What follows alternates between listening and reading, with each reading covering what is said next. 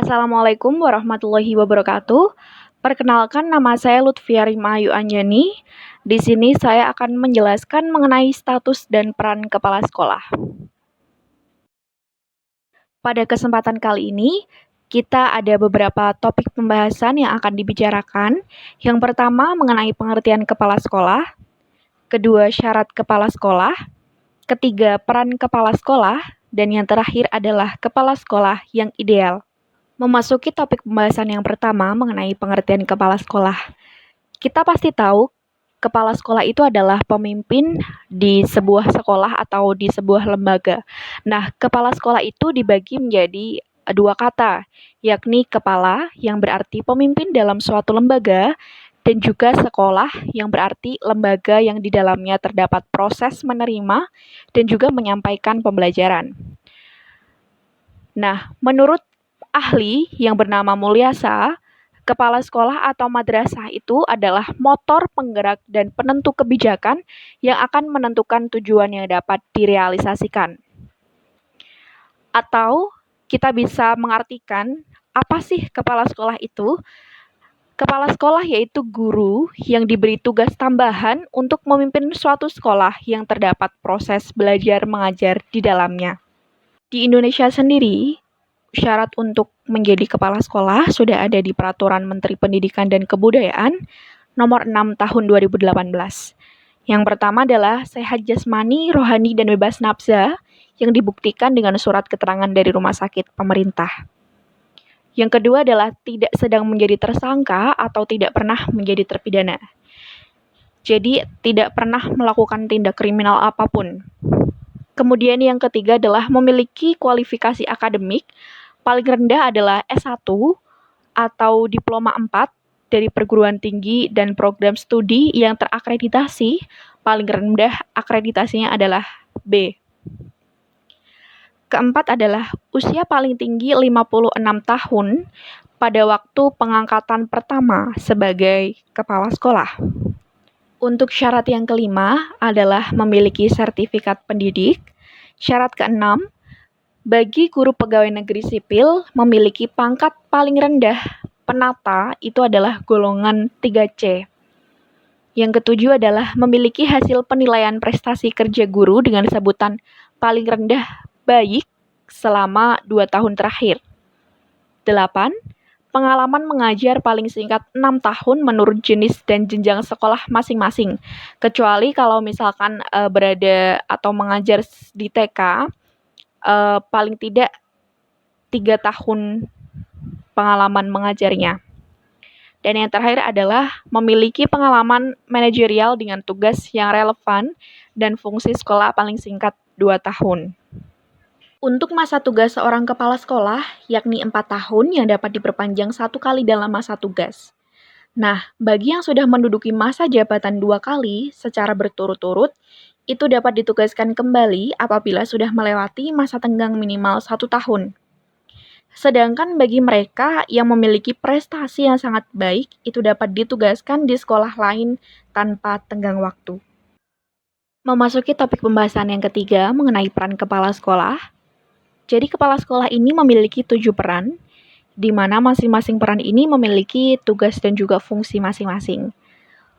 Untuk peran yang pertama adalah kepala sekolah sebagai seorang pendidik, kedua kepala sekolah sebagai seorang pengelola atau manajer, ketiga kepala sekolah sebagai administrator, dan keempat kepala sekolah sebagai supervisor. Kemudian peran kepala sekolah yang kelima adalah sebagai leader atau pemimpin. Selanjutnya adalah kepala sekolah sebagai pembaharu atau inovator. Dan yang terakhir adalah kepala sekolah sebagai seorang motivator.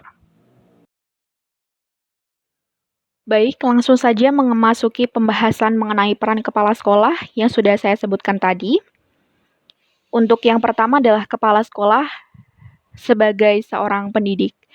Jadi kepala sekolah sebagai seorang pendidik adalah kepala sekolah yang bertugas sebagai pembimbing. Pembimbing yang di sini dimaksud adalah membimbing guru, pegawai, staf ataupun siswa untuk berada dalam satu jalur visi misi yang sudah ditentukan sebelumnya.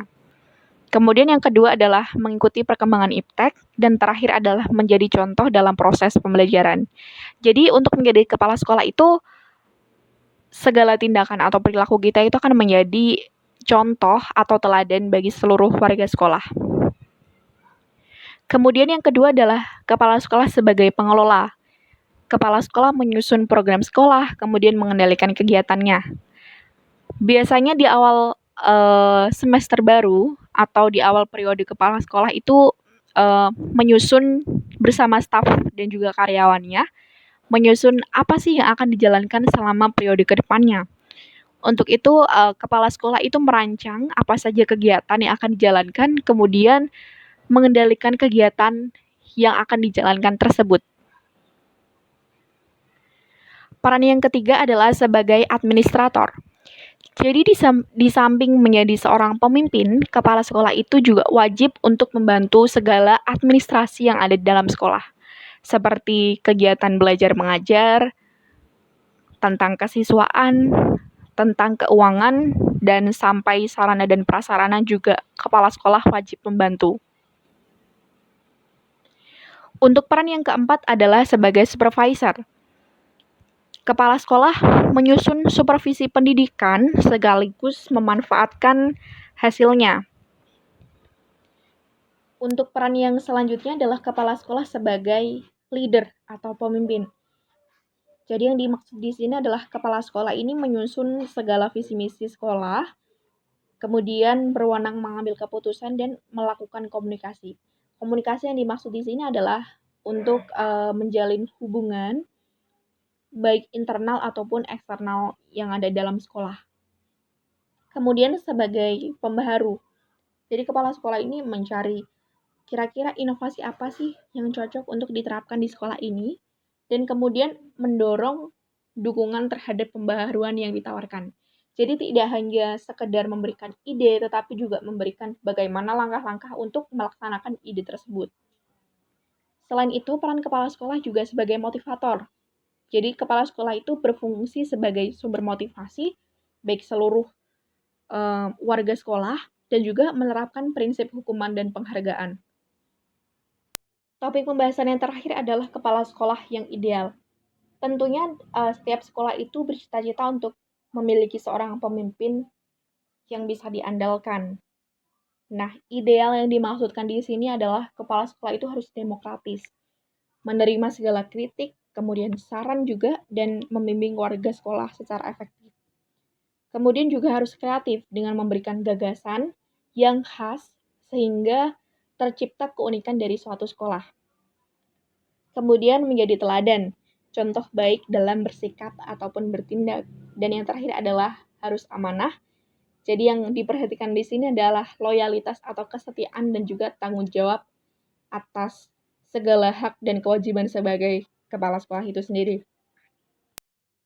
Di dalam slide yang bisa teman-teman lihat itu sudah ada foto dari Menteri Pendidikan dan Kebudayaan, Bapak Nadiem Makarim. Beliau pernah berkata bahwa saya ingin mengajak mengubah paradigma kepemimpinan yang tadinya itu sebagai penguasa, pengendali, atau regulator menjadi paradigma kepemimpinan yang melayani. Hal ini berarti bahwa kepala sekolah itu kan juga sebagai seorang pemimpin seharusnya itu melayani seluruh warga sekolahnya dan membuang jauh segala tindakan atau perilaku sebagai seorang penguasa. Hal ini berarti bahwa kepala sekolah itu tidak boleh berlaku semena-mena terhadap warga sekolah. Akhirnya kita sudah sampai pada penghujung pembelajaran pada kali ini. Dan saya dapat menyimpulkan bahwa keberhasilan suatu sekolah itu bisa dilihat dari bagaimana seorang pemimpinnya. Tetapi perlu diingat bahwa seorang pemimpin itu juga tidak bisa apa-apa tanpa kerja keras dari dirinya sendiri dan juga dari anggotanya. Untuk itu, pesan saya adalah bersiaplah menjadi calon pemimpin wahai generasi muda. Satukan tekad dan semangat untuk kemajuan bangsa. Terima kasih, saya Lutfi Rima Ayu Anyani. Sampai jumpa pada pembahasan selanjutnya.